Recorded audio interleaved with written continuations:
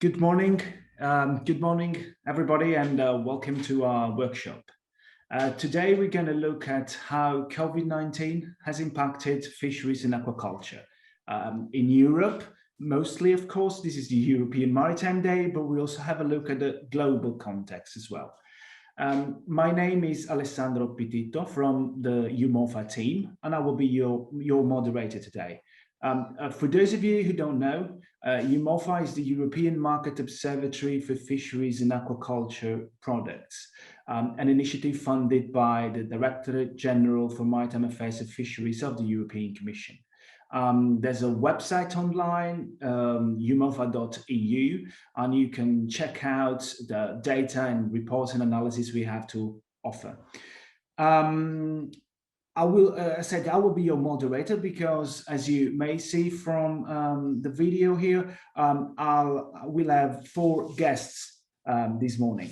And in exact order as they speak, my guests are Márcio Castro de Souza, Senior Fishery Officer, International Trade at the FAO, where he also happens to coordinate Globfish, which is a project. I will tell you more about it later on, but mainly the project provides up-to-date trade and market information on fisheries and aquaculture products.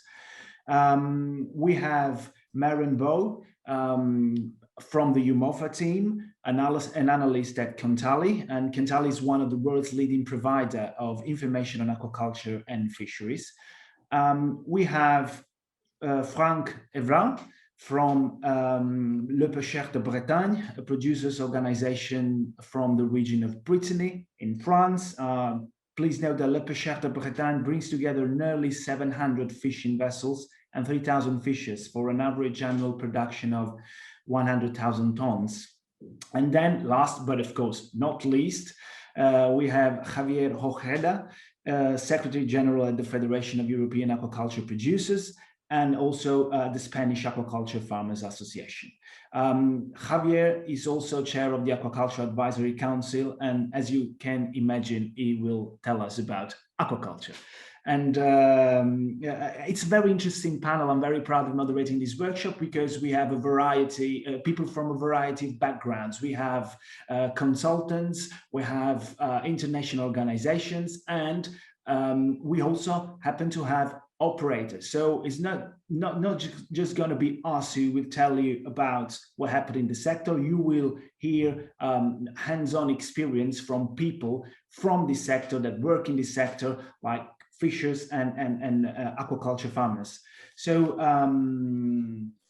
I think maybe before we start, I will just give you a very quick outline of how the workshop is going to work.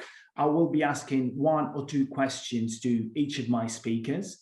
I will then give them 10 minutes each, and I will be very strict to answer. Then we will open a Q&A, question and answer session.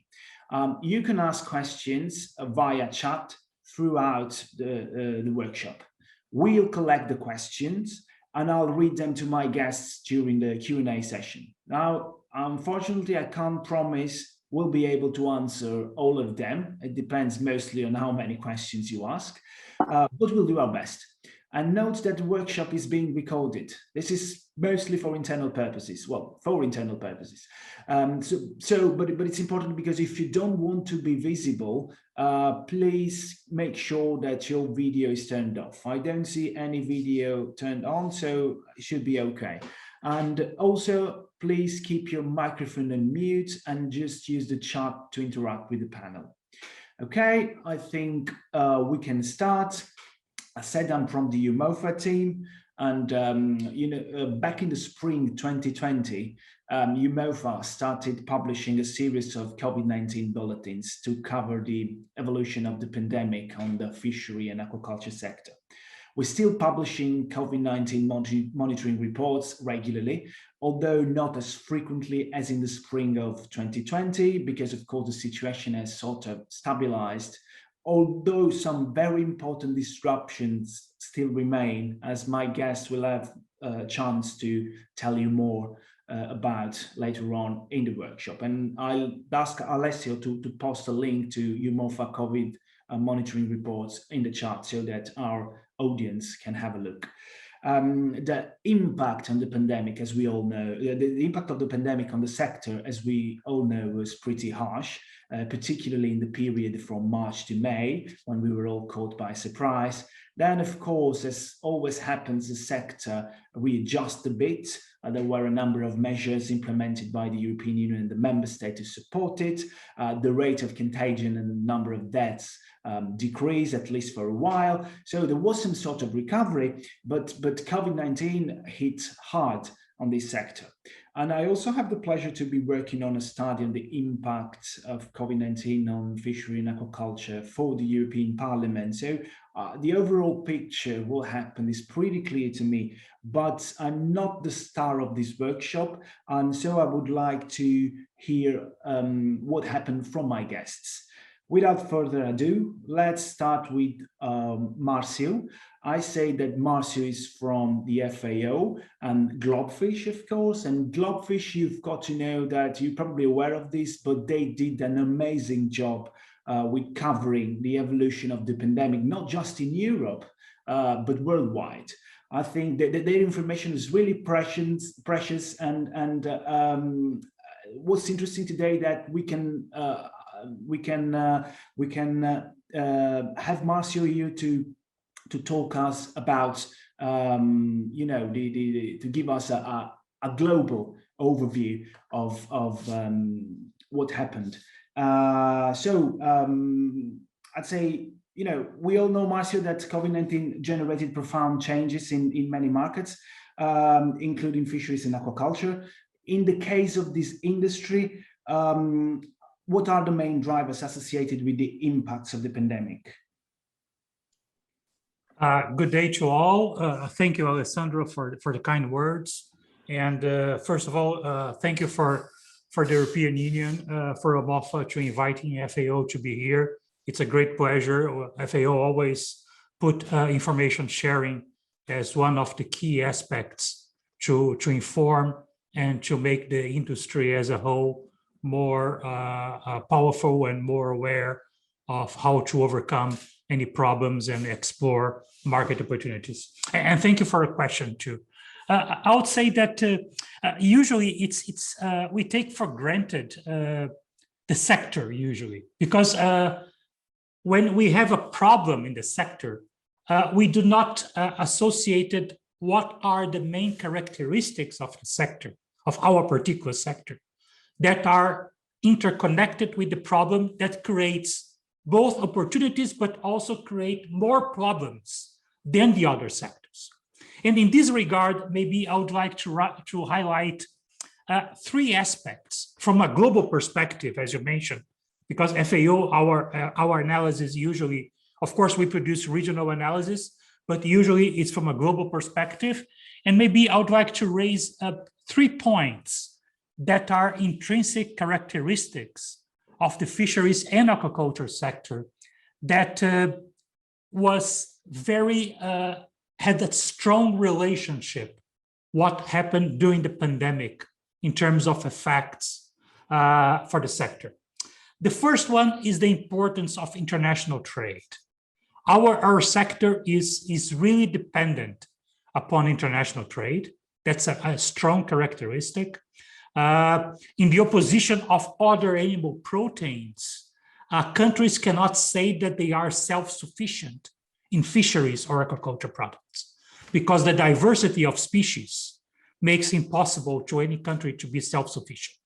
So there is a natural push for international trade. We have more than 200 countries involved in export and imports of fisheries and aquaculture products. So this is a very strong component. And the other component that I would like to highlight is closely linked to this one, is that the value chains in fisheries and aquaculture products, they are very long, usually. We have very long value chains.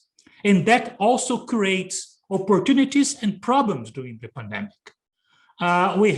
It's very common for a country to export the raw fish to another country have the fish processed there, re-exported for packing, and then re-exported again for sale to the final consumer. So this is something natural in our sector. And that is also, we have, of course, we all know the problems with logistics and all the issues. So that was something very, very important. And the third issue that, and final issue that I would like to highlight is the importance of the hotel, restaurants, and catering sector for some particular species. And that was, we all know that hotels were closed, restaurants were closed at the first moment of the pandemic, and we do have some species that are closely associated, particularly the high value species, with the consumption of those sectors.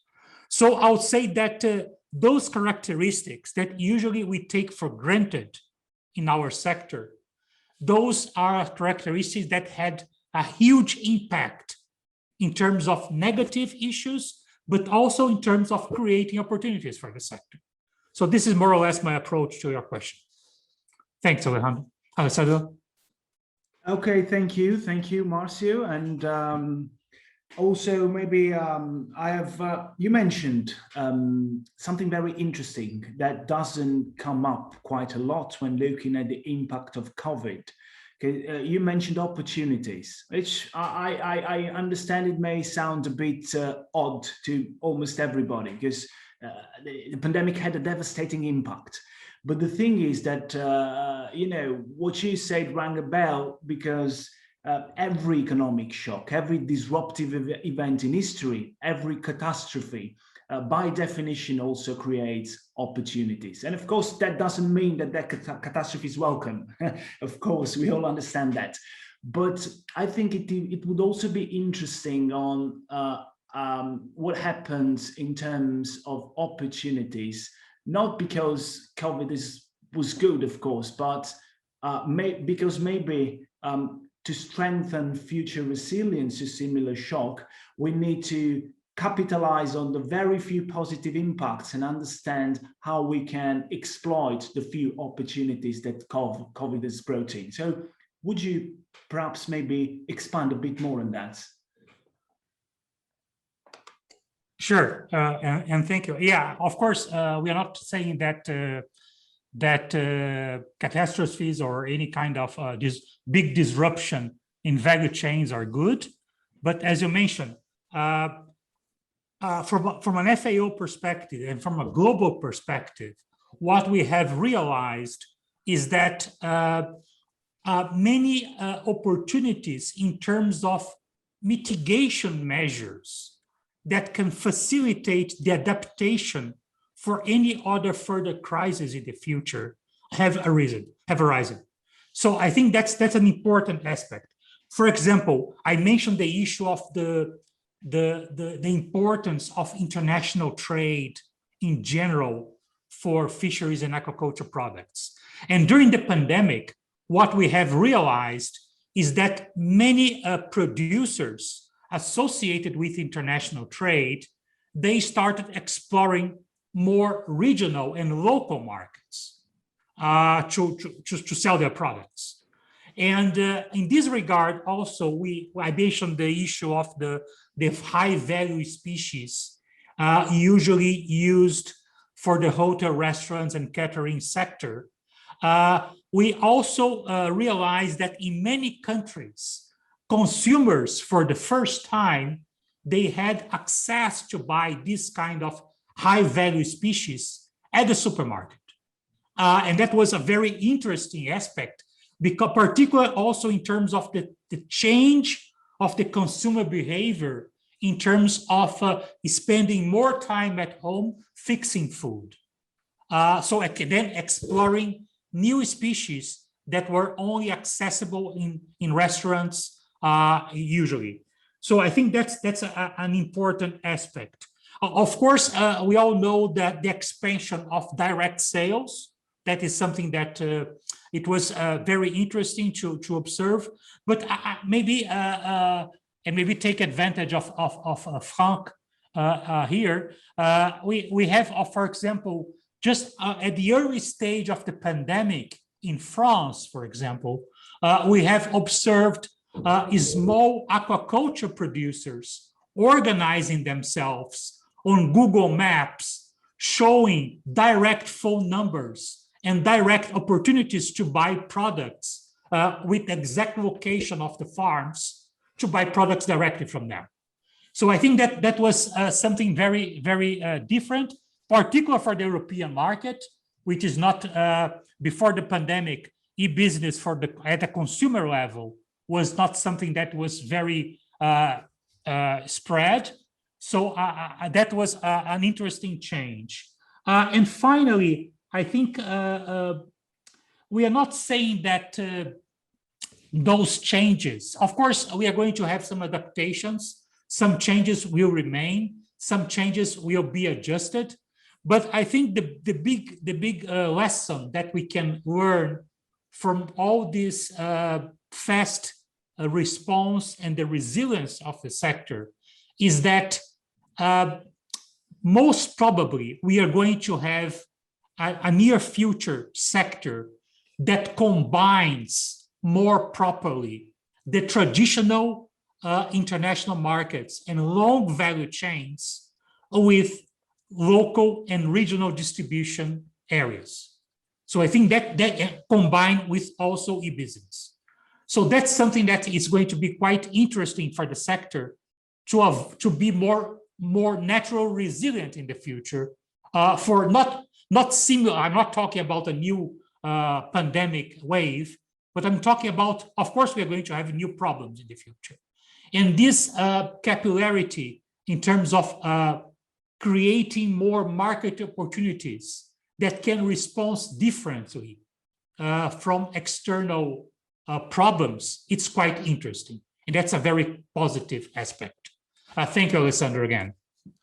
No, thank you. That was fantastic. I agree with you wholeheartedly. And I think that also ourselves, maybe consultants or international organizations, people who are describing what happened, probably we should also, everything you said should also be reflected in the narrative of the impact of COVID. I mean, we should, not for blind optimism, but we should also give a positive message and say, okay, amid this catastrophe, there were some very nice signals. Well, let's focus on those signals to build a more resilient sector for the future. Let's learn a lesson from what happened. And I must say that I was amazed while I was doing with my team this research for a study for the EU Parliament on the same topic. I was amazed at learning the intensity of the bottom-up reaction of the sector.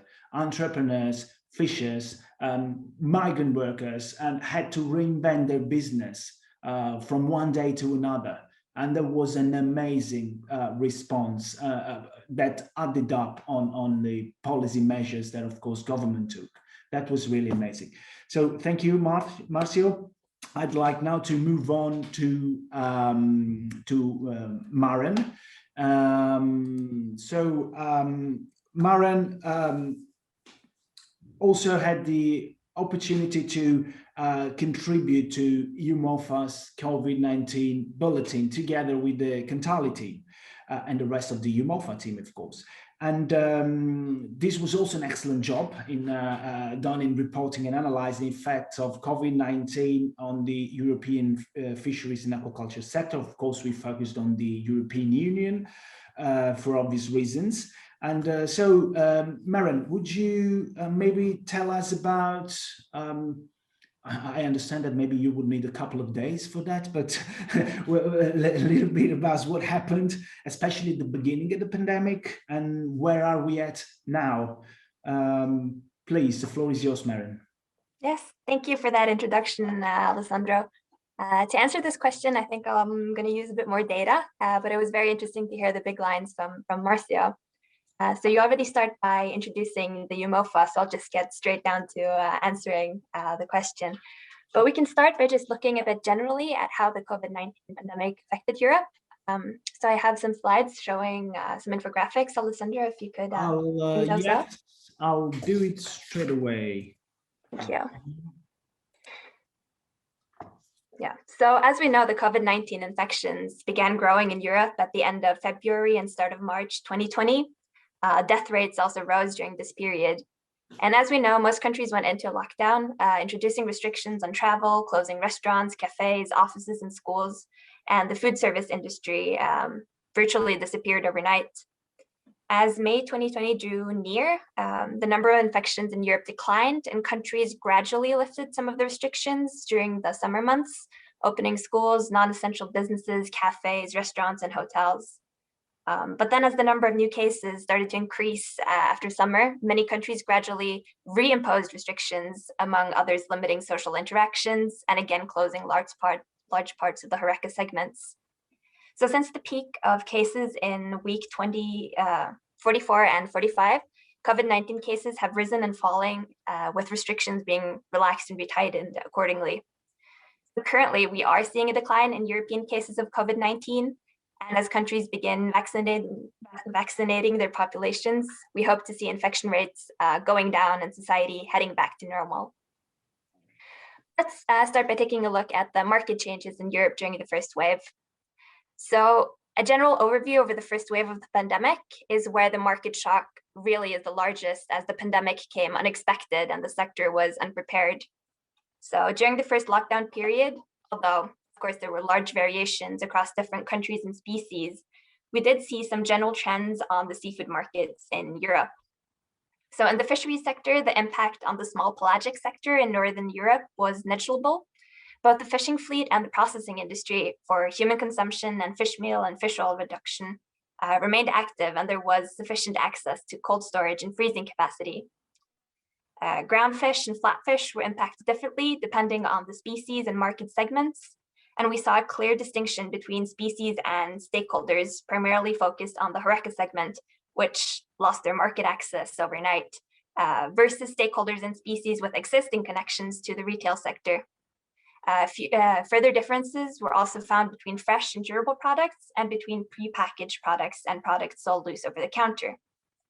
So as seafood is a global commodity, Europe was also affected both by lockdowns on other continents and the highly reduced air freight capacity due to the travel restrictions and subsequent increase in freight rates. Also, container shipments of frozen seafood from some regions were delayed due to the pandemic. So on the screen here, you see an example of a sale of large salmon on the spot market in Europe from Norway. The big graph here on the right is salmon of sizes 6 kilos. So salmon of these sizes are typically sold to the HoReCa segment in Asian markets in the United States, but the significant reduction in air freight capacity, high freight costs, as well as different lockdowns and restrictions in some major markets, all led to reduced market access outside of Europe, which in turn increased the supply of large salmon and reduced prices in the European market. So although prices also dropped for salmon in the sizes 3 to 6 kilos, which you see in the very small graph on your left, the volume here remained more stable. So just summing up, during the first lockdown, we saw immediate and significant effects in all parts of the value chain when analyzing the available data. However, in later waves, these effects are less obvious.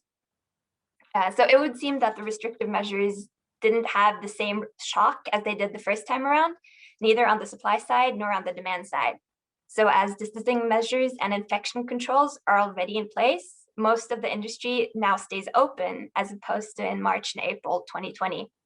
And actually the data also suggests that the first wave had the largest impact on the market. There are of course still species and operators who lose their market access every time the HoReCa segment is closed, but industry stakeholders report that the overall effects during later waves are smaller than the first ones, as many businesses have now adapted. On the production and processing side, stakeholders have already introduced distancing measures and infection controls and are able to maintain their production. So as mentioned, during the lockdown in March, many farmers lost their market access overnight. And like for the fishery sector, exceptions were found for species processed and sold to large-scale retailers, especially salmon and trout, and to a lesser degree, cod, sea bream, and sea bass. And as mentioned, during the first wave, we saw many innovations on direct sales, online sales, delivery services, and takeaway. And there was also an increase in educational campaigns by producer organizations and marketing boards or organizations to facilitate an increase in seafood consumption. And we also saw that consumer shopping habits quickly changed and retail sales of seafood soared, both online and in physical shops. And this continued innovation and adaptability is currently the new normal and reduces the effect on restrictive measures. So a very interesting example is to show, Alessandro, if you could show the next slide, please. Thank you. A very interesting example is to show the change in sales channels and consumer habits found when looking at the sales of unprocessed fisheries and aquaculture production channels for 2019 and 2020. So as you can see, sales here are divided into retail, food service, and institutional. The red areas represent shares of sales to retail, while orange is food service. And for all countries, we see a shift in where the sale of unprocessed fishery and aquaculture products are destined, going from food service to retail. And you can see that this trend is especially noticeable for the United Kingdom, where sales between 2019 and 2020 increased from 36% to 82% for the retail sector, while sales to the food service were reduced from 34% to 16%. These graphs are from the EU Fish Market Report published by EUMOFA, and the 2021 report is not yet available, but it will be published later this year.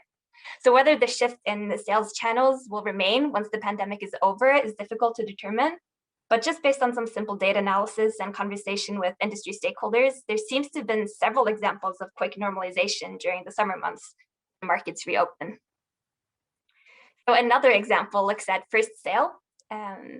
So here we see the first sale volumes and prices for all species in France in 2019, 2020, and 2021. So if you follow the green line and green bars representing 2020, you can see a significant drop in prices in February to March, which remained under the 2019 level until June. Volume also decreased both in March and April.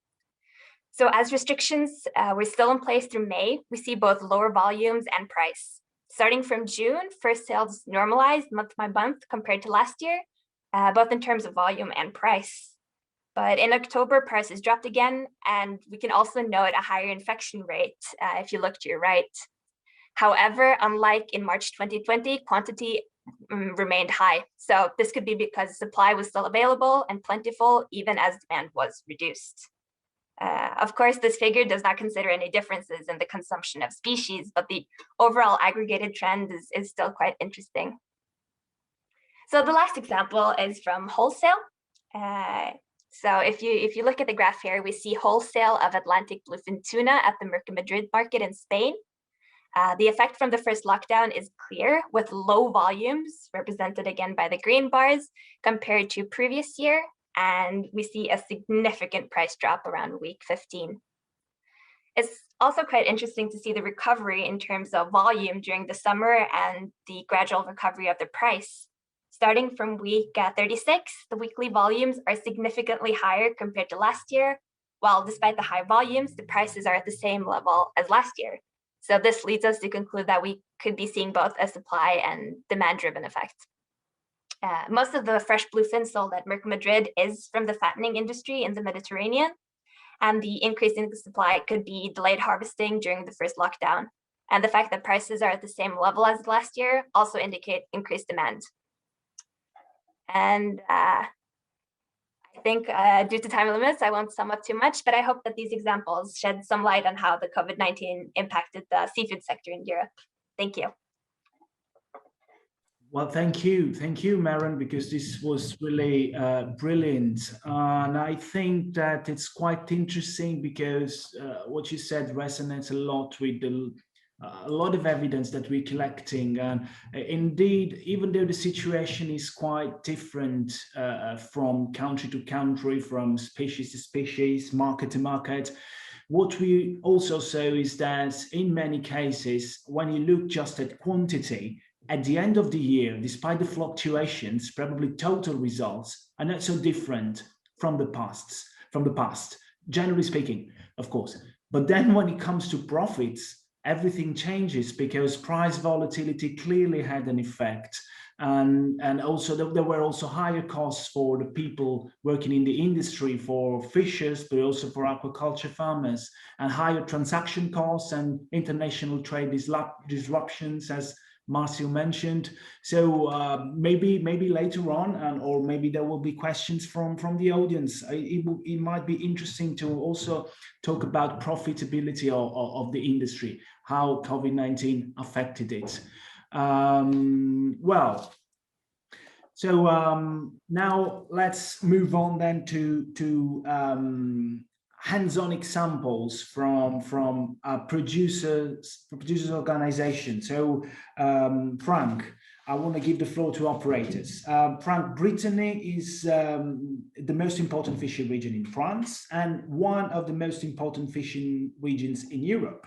So I'd like to hear from you some hands-on experience from your fleet, your workers, and how did you cope with the emergency, and how's the situation now? Because we also seen that, you know, from Maron that there has been some recovery to some extent, but what's the situation for workers? I assume it's improved a bit, but I'd like to hear it from you. Please, Frank, the floor is yours. You're on mute, Frank.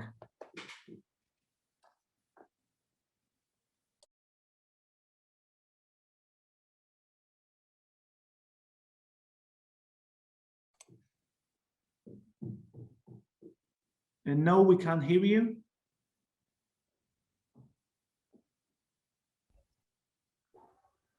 You could try with unplugging your headsets. Maybe that would just do the job. Well, that's the beauty of a live event, huh? Of course, we react. Hey, now? Yes, we can hear you. Please go ahead.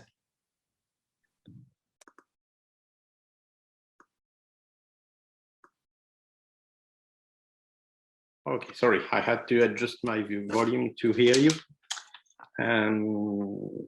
So you made part of the job before, but I give just a few words to introduce our PO in Brittany. So we have a little bit more than 650 fishing vessels operated by our member from what is the so-called historical Brittany, that is the Brittany region in France and the Loire-Atlantique department. The global production is about 100,000 tons per year at an average price in normal situation that is around 3.2 euro per kilo. We have all type of vessels, from the smallest one that is 4.5 meters to biggest ones is 46 meters. It's all fresh fish producers. We have no frozen fish in our members. And we have many trawlers, but also killinators, porters, seiners, every type of boat within the PO. They operate in fishing grounds that have from North Scotland going to south of the Bay of Biscay, all these western parts of the European waters. And the main species, and we have connection with what has been said before regarding high value species, is Moonfish. That is the first species in value and volume for our producers. Hake, Norway lobster, pilchard, sole, John Dory, sea bass, skates, and albacore, that is to European tuna. And that's an important point, about 80% of this production is sold in fish auction centers. Only 20% is direct sale between fishers and operators. So how our members and the PO have been impacted and deal with the crisis. I have produced one slide and I will identify 4 different periods from the beginning of the crisis in February, March to now. If you can show my first slide, maybe Alessandro. Yes. You can see the different periods on the graph. Okay, just give me a second. This is still Maron's slide. Okay, it's this one. No, sorry, this one. Okay. Yeah. So the first one, and it has been said already, was something really new, sort of Big Bang. That is the lighting on my graph. Almost a sudden hard disruption in the market and for my members' activities. By the middle of March, the French government, like others in the European country, decided first closure of schools, and a few days later, the total lockdown of the country to curb the pandemic. Within a few days, just 1 week, we face a hard drop of the demand for the fresh fish product. And this has forced our members to shorten fishing trips and come back to ports earlier than the usual fishing trips. And by the end of week 12, you can see on the graph, almost all vessels were tied up in harbors. No more activity except some very coastal and small vessels by the end of week 12. At this stage in France, nearly only supermarkets were open. All other sales venues were closed. And as you know, people rushed in supermarkets to buy long conservation products, but not any one fish. So it was nearly no market, no local markets. And the situation was not better in our buyers' countries that are mainly Spain and Italy. And actually, it did not begin on week 12 because it's already started in the 2 previous weeks with markets in Italy and Spain that was not so good. And we could see, and we can see on the graph, that the price started decreasing before the closure in France.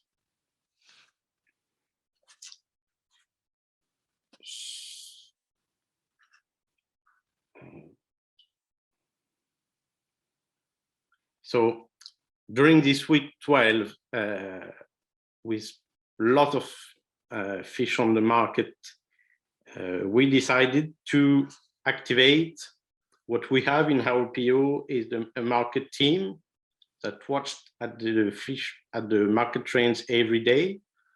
And we sometimes decide to buy some fish if the price goes down too much, to avoid total collapse of the other fish price, and try to frozen fish. Or if we really don't have any solution, this goes for animal meal. But in week 12, we focused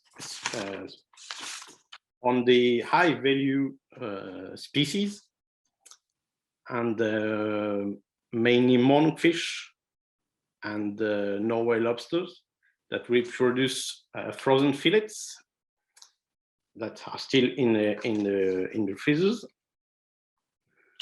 And this, for 1 week, we spent the same amount of money to buy fish of our members that we usually spend for 4 months to adjust local difficulties. The second period is a long recovery period from April to the middle of June. During this period, first, there was nearly no out-of-home consumption. It is all retail markets and home consumptions. And step by step, it reopened for schools, then reopened restaurants, hotels, etc. So we can see on the graph the volumes increase and the price coming up slowly to normal situations, but with high variability of the price. And this is one of the main aspects, I would say. It was depending on the volume landed and the demand. And at the French level, national level, there were working groups organized with the whole chain, suppliers, buyers, and in the groups, the supermarket chain, that the supermarket is important in the French fish market, try to organize the demand to have a better idea of what is the demand of the supermarkets and what is the landings to come. And we made a great work together with other POs in France at the regional stage to have a better landing forecast. Try to produce data regarding which boats were at sea or not, and to provide to the sellers the data. And during this period, the boat, some of the boats were in port. This was supported by the European Maritime Fund for temporary cessation of activity. So some of our members decided to go back to the fishing grounds, sometimes for shortened trips than usual, to avoid to have come with too much fish at one time and have a very low price. And this was really up and down price for weeks and weeks, and very difficult for us because we had no real way to act on this situation. We could not say our members stay into port. It was too difficult. Some of them needed cash, and the European support is really good thing that happened, but it takes time for money to come to the companies, and some of them really needed to get some cash, and so they decided to go back to the fishing ground. That was step by step, and by the middle of June, all our members were back to the fishing grounds and back to activity. Then the third period is the summer period. That was quite a normal period, like usual, with the restaurant reopened and a strong demand also. And that was the case during spring also for the coastal market in the coastal region of France, because many people came to this place from towns, and this helped our coastal fleets to maintain a high level of activity. There is a big difference between the coastal fleets and the icy fleets during this period. Okay. Frank, I hate to be doing this, but I've got to ask you to wrap up because yes. Or maybe we can have time for asking a couple of questions to you about this in question and answer time. So, but please go on and. Okay. So and the last period is from the end of the summer to now. It's the end of 2020 and to now, with the sometimes closures from the government decisions, reopening, but that was not a lockdown the same that in spring. And globally, the landings were a little bit lower than usual, but not so much. And the previous year, that is 17 to 19, we had some very good years with high landings. So it's the situation in autumn of 2020 is quite normal, and we had not the same happening than in spring. But as you can see, price level remain lower than usual, and it's still the same right now, except this week. It's the better situation. Maybe we talk about that later. So I have just some graph to focus on some species. Maybe it's interesting. Let's look at the on the right, the Moonfish graph. So we can really see the drop in landings in spring, the long recovery period, and by the end of 2020, we can see, although the landings are at quite normal levels, the price remain lower. And this is the biggest difficulty for our members, is that the medium price is lower than usual, especially for high value species, John Dory, Moonfish, turbot, and it's just recovering. It's 2 or 3 weeks right now that we are recovering normal prices. That's it for me. Oh, sorry, please. No, it's okay.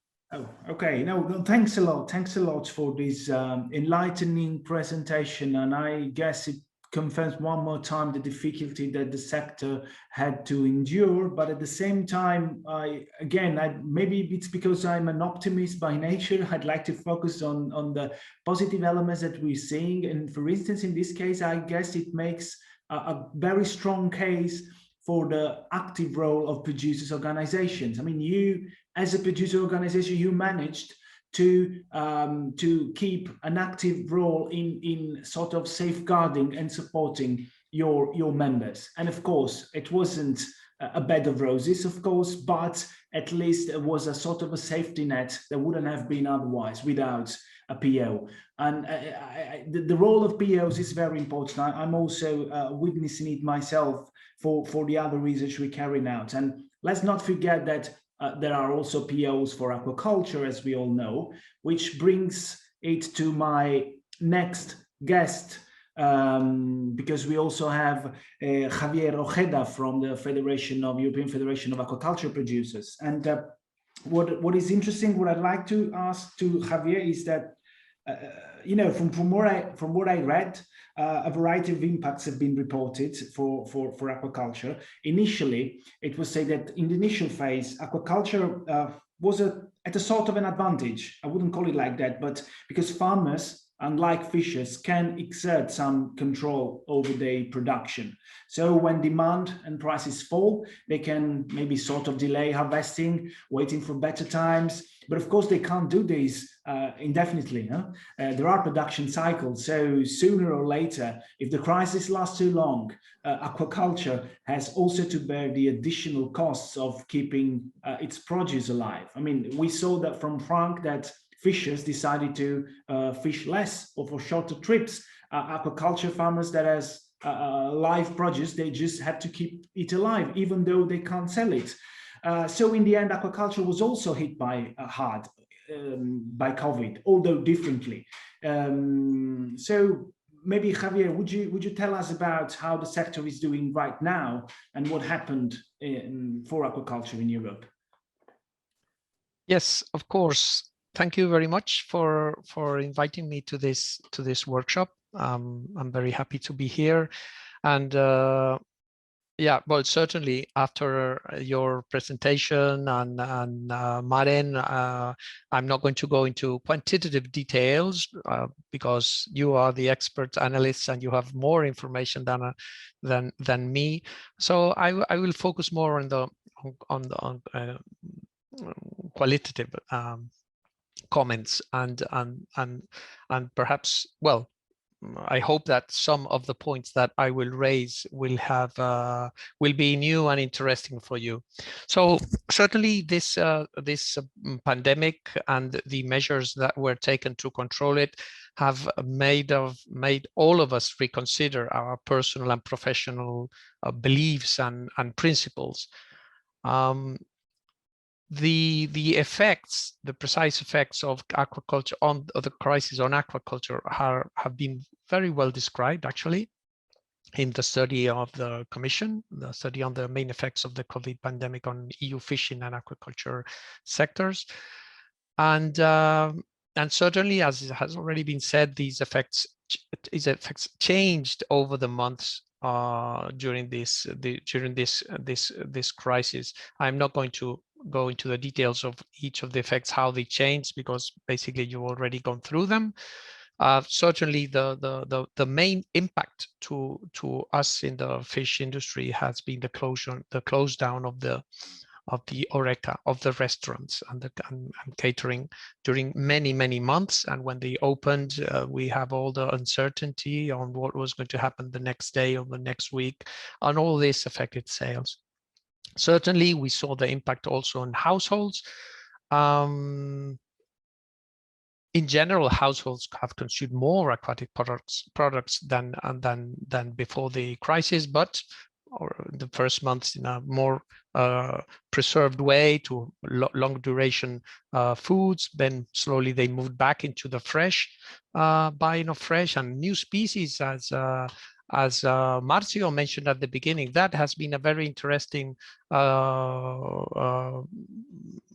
consequence of this crisis. Let's see how it evolves with time. Then another important fact to take into consideration is tourism and what has happened to tourism. Okay, even though I mean, considering Europe as if you consider Europe as a closed system, the total sum of individual people eating in or buying food in Europe hasn't changed that much. There has been a huge shift on where those people were, because millions of tourists, normally from the Northern Europe, going down to Southern Europe and eating, buying, making 2-3 weeks of life down there, has really changed the balance of where the consumption has happened, and that has really affected the aquaculture and probably the fisheries industry across Europe. Then certainly the disruption in routes, in import-export routes, as Marin mentioned. Road transportation slowly recovered since the beginning. That was good, but air freight is still today not back to normal flights with people, transport fish, transport many other goods, and those are not back to normal, and that is still affecting when considering distant markets. Then going back to the extra costs for producers, as you have just mentioned. Yes, operational costs have certainly increased for farms. We've had all the measures that we've had to take at farm level, and those. I mean, what I mean is the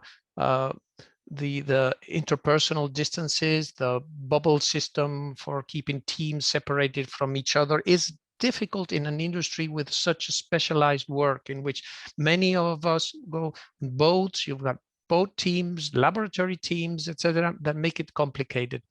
Then we've had this big impact on the need to stock our fish for a longer time. This means more feed costs, more insurance, more maintenance, and that has impacted, making costs go up. There are other strange impacts of this crisis that I haven't read, but when you're at a fish farm working, normally fish farms in Europe are micro enterprises or small companies, and filling in questionnaires, such a simple thing that is complicated for a fish farmer. In Europe, we have a very small industry of aquaculture, but very big research university, many governmental offices asking you to comply, to respond to questionnaires, to surveys. And in normal times, it's difficult. You don't have the time. But in crisis time, it becomes even more difficult. So even just the fact we had to reply to the Commission on one side, to its questionnaire, to the European Parliament, another questionnaire, very similar. It could, simplification of those types of things, make the life a little bit easier. Then we have been speaking mainly of on-growing farms, farms that produce fish to market size. But then we have hatcheries, then we have nurseries, and these are the upstream part of the sector. And those sometimes are vertically integrated, that's right, but in most occasions they're independent companies, and those have had to completely stop their production. And this means, well, a very difficult situation for them. And they had to face this. Slowly now, things are becoming more back to normal, but these, when we look at the impact on species, on markets, we also have to think on these upstream aquaculture farms that have had a very, very difficult time. Then we had the impact on prices. I'm not going to go into the details. In general, prices have gone down in aquaculture products, but not for all species. So in general, we have to be careful with looking at the averages. The consequences of the impact of the crisis on the aquaculture industry and the value chain have been, well, for some farmers it has been manageable, but for others had been a complete disaster. But because we are committed not to leave anybody behind, like in the Green Deal, we have clearly stated for ourselves, we must take decisions based on this principle and not on averages. And many fish farmers needed for help. For this reason, the European Commission worked very swiftly, and we're very happy and appreciate for that. They amended the EUMOFA regulation. They had very quick approval in the Council and the European Parliament, and we appreciate that very much. Thank you. However, the implementation of this emergency aid has still today, more than a year behind, later, hasn't reached many fish farmers across Europe. This has to do with we're a dispersed industry, and some competent authorities might think, well, the impact hasn't affected all our sector in our area of competence, so we are waiting, and we will see if we launch a call on these EMFF aid. So some regions of Europe have not had the access to this EMFF aid. Then, of course, the impact on each individual companies has depended on their species produced, on their sales strategy that they had before when the crisis struck. And I would say that the worst hit were companies producing caviar, for example, and certainly those that were selling to Horeca. But also for other species, the top quality productions that, as Marcio mentioned, that used to go to restaurants and were made available now later to retailers, those suffered a lot. So beyond everything, the capacity of adaptation of each fish farming company has been key to the impact of the crisis on them.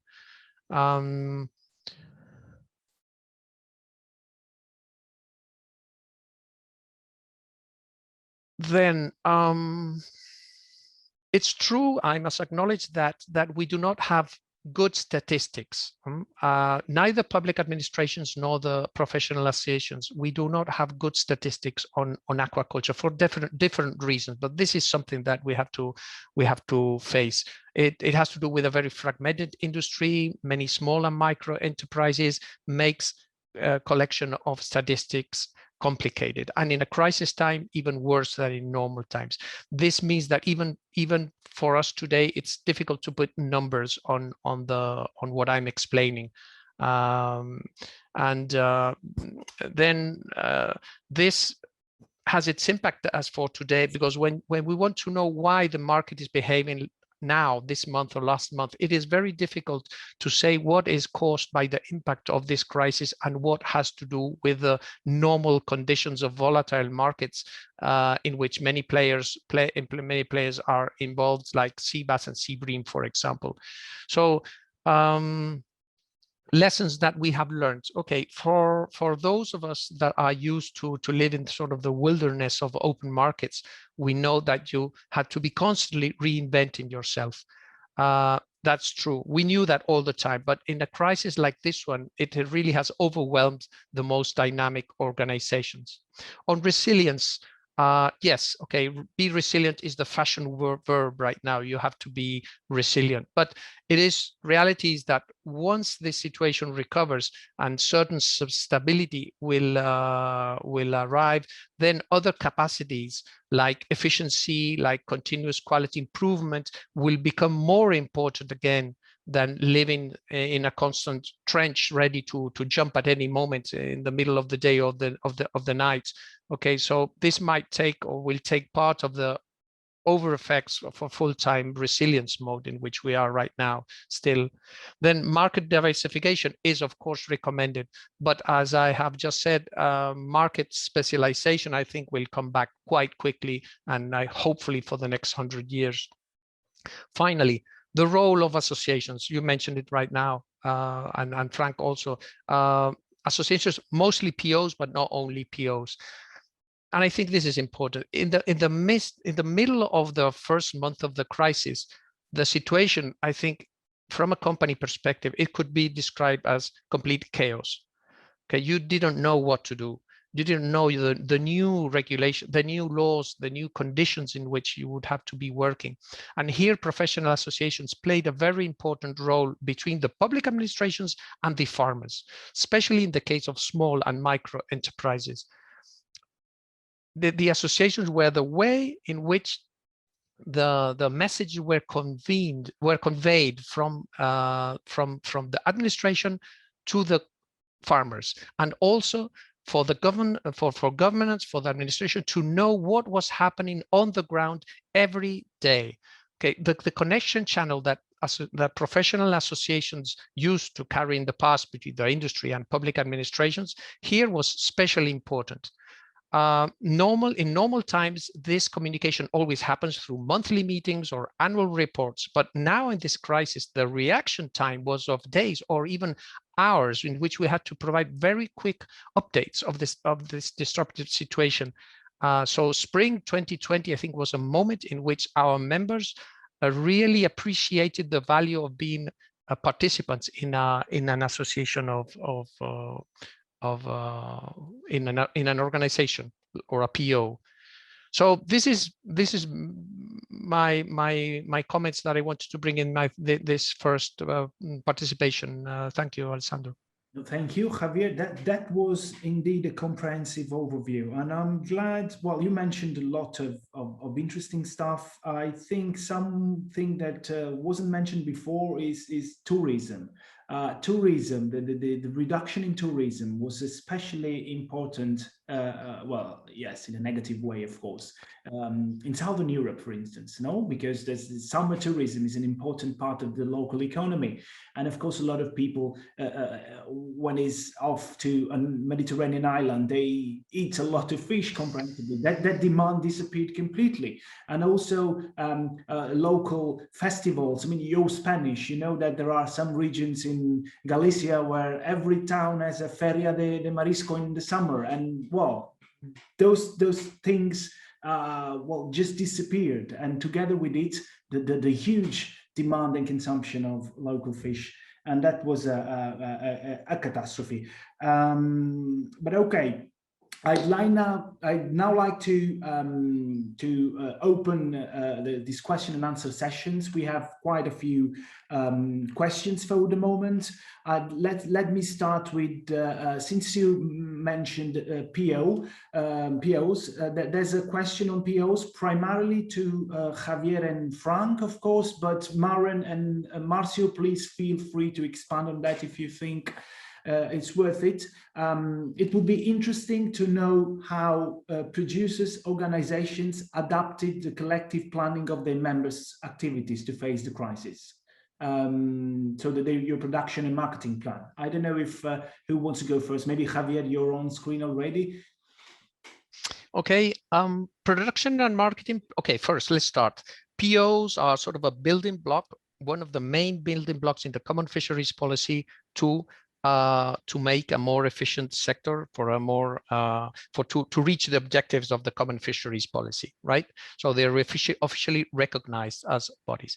Not all associations are producers' organizations right now in Europe. However, they're slowly going that way. So each year, a PO, producer organization, has to send, to make a production and marketing plan, send it over to its government and get it approved. This means that you have a yearly plan. This means that it's difficult to change, quickly in 1 month, the types of actions that you, or the actions that you decide on performing. So there's always enough flexibility in these to be creative in certain moments of need. That is true. But in general, I would say that the production of marketing plans are helping on the long run. I work for a PO in Spain, so I know very well what these are about. And we are doing great efforts in being sort of proactive on the situation.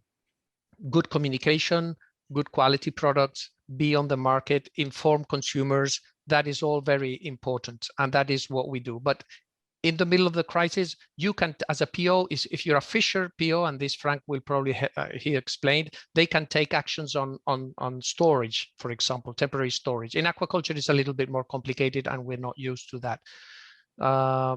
So I hope this answers a little bit the question. Yeah, I think it does. And Frank, do you want to say something about it as well? Yeah, I can maybe complete. The fact is that the production and marketing plan is set for the year, so there's no grand change during the year on it. And for ours, we have in our plan, and this is reconducted year by year, part on the market support, market survey, and another one that I mentioned before is the work we make to ameliorate the landing forecasts. It's an important point that the sector and the supermarket chain always say to us they need to have more visibility on the landings to come, and this also has to do with in France we have many small boats and many auction centers, so all this is spread all on the country, and we have to put all that together and try to give accurate information on landing forecasts in which species, which auction center they can find species they want, and we make a great job on that at the regional scale in Brittany with the other PO of the region, and during spring 2020 at national level. So, and that's something really interesting that comes up during the crisis, to push us on that. And of course, we also have the possibility of storage fish that we engaged during the crisis, but there was not huge change in our production and marketing plans. It's just actions that are in the plan, that so we put more effort on some points of it. Okay, that's perfectly clear, thanks. And we've got two more, we're running out of time, but we've got two more questions. Then I would like to leave the floor to all of you for a final message. So in the interest of time, first question, I don't know who wants to take this, maybe more than one of you. What do you think about the measures implemented by the member states to mitigate the impact through state aid temporary frameworks? Does anybody would like to say something about it? Javier, please. I'll be quick on this. They were hardly seen on the ground. Okay, the message was clear. Okay, anyone else? No. So okay, some other questions are coming in. One is, another question is specifically addressed to Marcio and Javier again. What are the short or medium terms forecasts for fish markets next summer taking into account the reopening of tourism and the trends you're talking about regarding the share of consumption between restaurants and households? Marcio, maybe you go first now. Yeah, maybe just elaborating on something that Javier mentioned before, is that, of course, we do have a huge problem of data collection in fisheries and aquaculture in general. So that is already a carve-out for my answer in terms of projections and how we see the future. Because, of course, since we do not have data in the present, that sufficient data in the present, that creates problem for us to predict. But of course, we already seen some going back previous to pre-COVID times in production, particularly in volume, as was mentioned before, with some species, and that's something that is already observed. Of course, we have seen a decline in prices for some species that was also clear observed. But I would say that in the overall situation, the summer forecast for tourism, of course, it's going to be still limited compared to it was pre-COVID time, but we are already seeing some rebound, particular, I would say, again, in terms of production, not entering into the price situation, but in terms of production of many species, we are seeing already a rebound. I don't know if Javier wants to add. Yes, well, I would say that what we are looking for is for a safe, sunny, merry summer with a lot of fish festivals, and that we can at last start passing page, learning many things, but to really go somewhere else on this. And I do believe we will be there in Europe, unfortunately not in other parts of the world. Let's hope that is also solved. But as Alessandro said, he's optimistic, we are all optimistic. Let's all look in that direction. I'm sure we will get there, and it will be something completely different. Brilliant. I've got some comments from. Oh, sorry. Please. You want to say something? Just in this way, and let's be optimistic. And this week we had medium landings levels, but we can. In France and in our auction centers, we have observed better price, and it's the reopening week in France. So this is the direct effect of the reopening for part of the restaurant outside, not inside, outside, and we can see. Right, it's good news, and we hope this will stay like this for the summer in Europe, and hopefully after summer. let's see, but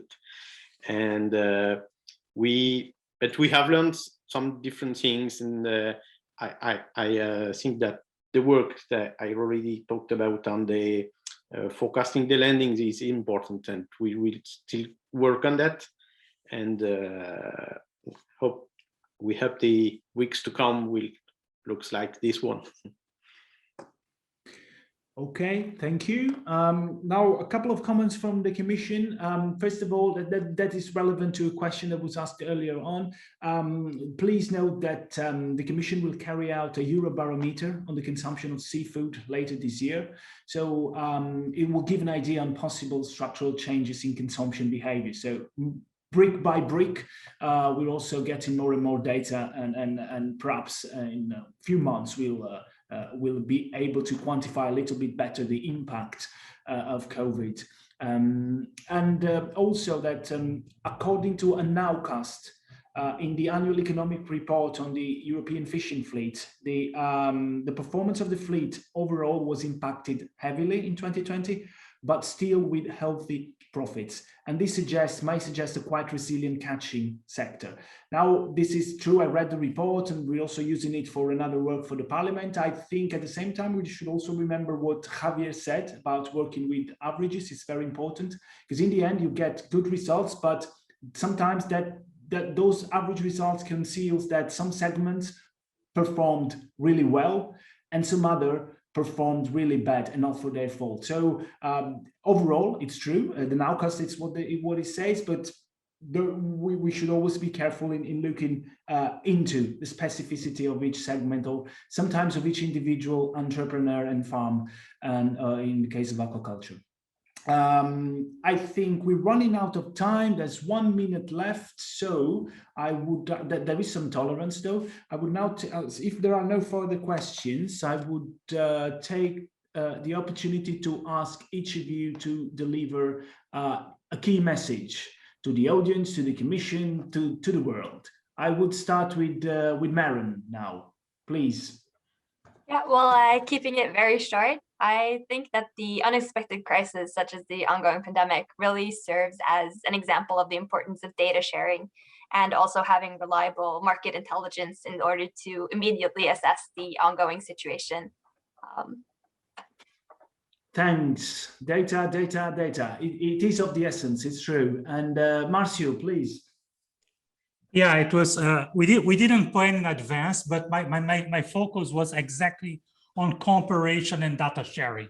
I think EUMOFA and FAO Goldfish can play a key role in this regard.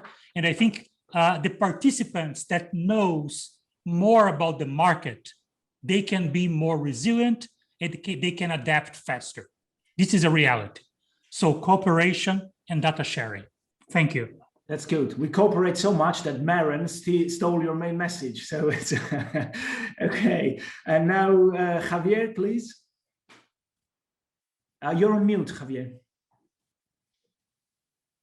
Now, I'm back. Yes. Okay, yeah, two. The value of professional associations, POs and other types, certainly very important in crisis times. And then the second one is that I didn't mention too much before, is the importance of increasing aquaculture production in the EU, that it has been stagnating for too many years and it has to grow to be to have Europe more prepared for the future. Yeah, and we all want to eat a lot of fish, so I mean we can't overfish. We need aquaculture. Okay, thank you. And Frank, please. Yeah, maybe just come back to be careful with global views that inside the PO and our members, the situation is very different by the end of 2020 for some coastal fleets that made a better year in 2020 than 2019.